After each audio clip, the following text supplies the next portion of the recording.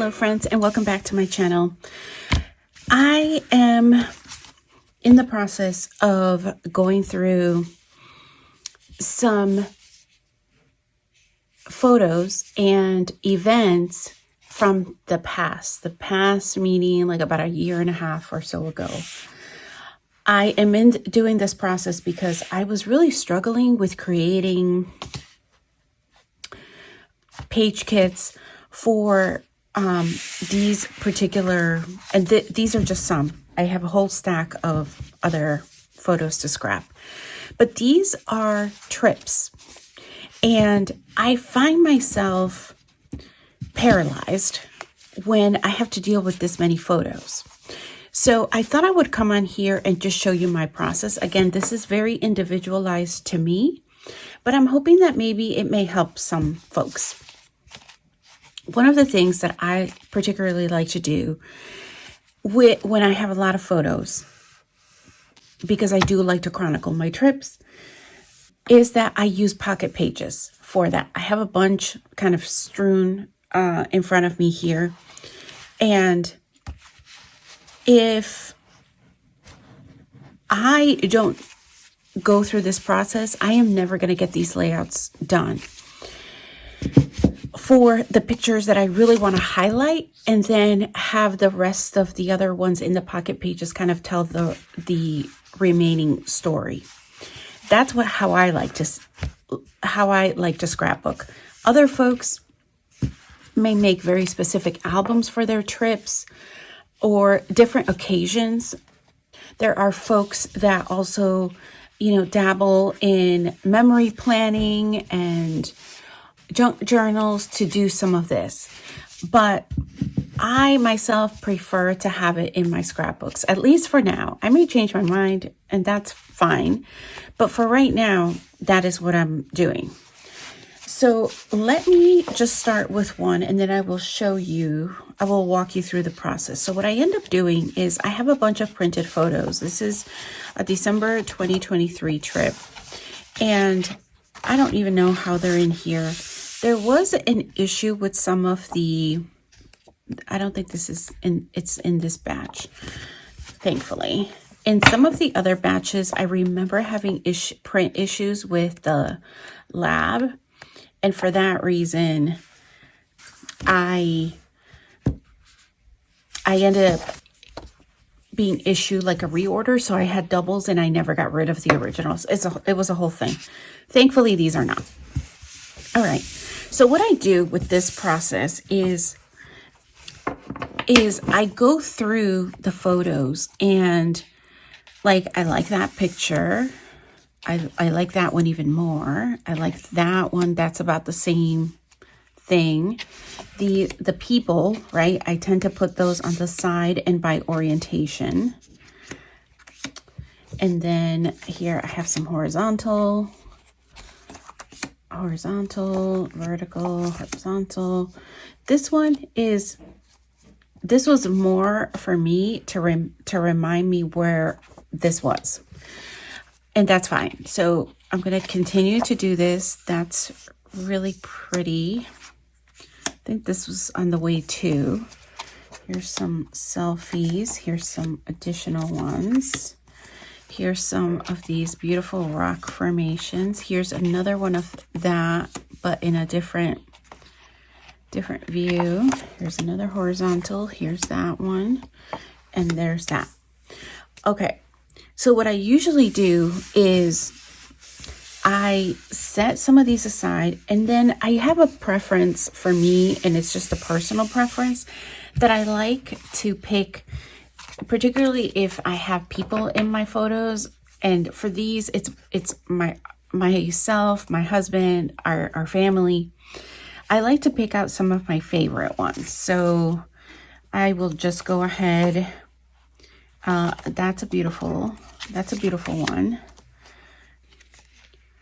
Let me see what I have in here. Oh, I like that one as well. I think these are duplicates. Now I have a bigger smile in here, so it's very, very similar. Oh, I think this is a duplicate too. Oh, see, I knew I had some of them reprinted. Okay, so let me look at here's one with my little niece. Here's one with just me and my husband. That, I think I had to get reprinted somewhere, I hope. Let me see. This is us. Clearly not dressed for the beach, but it was just a pit stop. That's my hair being a mess. This is my little niece. I may be able to use some flip-flops here. I do like this.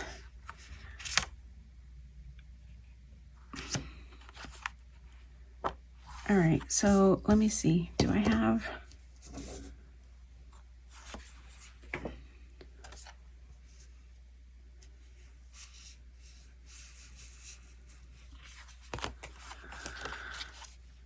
Okay, so it normally goes like this.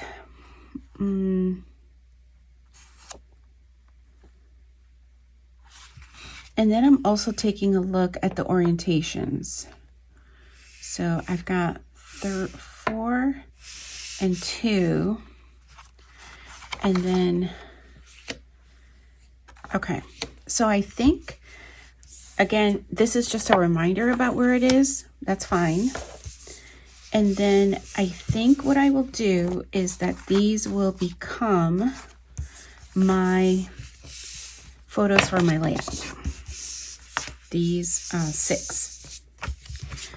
It'll be a double page layout, and that I'm going to put in the back into the envelope, and it'll have the place. Actually, I'll throw this one in here so I can journal about that, and I have my information. These are, in case you're wondering, you're new to my channel, these are from Craft Some Joy here on YouTube, and she has these available. These are folders that you can print at home, and she has the instructions to cut out. I've just rounded off the corners here, but you have instructions of where to cut, where to fold. What I like about these is that you obviously can fit your photos in here, but if you have any sort of memorabilia and it's small enough to fit in these, like it's a great way to remember that you've had them. All right, so now I have mostly, and I say that horizontal photos here, not all. So I have a bunch of pocket pages here, so let me just show you. It's hard, I know it's probably hard for you to see, but this is the design A. So it has the 4 horizontal photos, and well, really 8, because you've had the front and the back. So 8 horizontal and 4 or 8 vertical for front and back. So I'm leaning towards that one, but if you have others in your stash, like this is 4, this is 6. Oh my goodness, what is wrong? I am hungry and I need to eat something. Clearly my brain is not working. This is, I know it's hard to see, this is by We Are Memory Keepers. This is 6 4x6s in front and back. So I could use that one as well, but I think, and so this is the kind of what I start thinking. I'm like, I can cut this down. So set that one aside. This one is beautiful. I love like the background, and I really like that one. That is really pretty. So I think I'm going to put these 2 here at the top.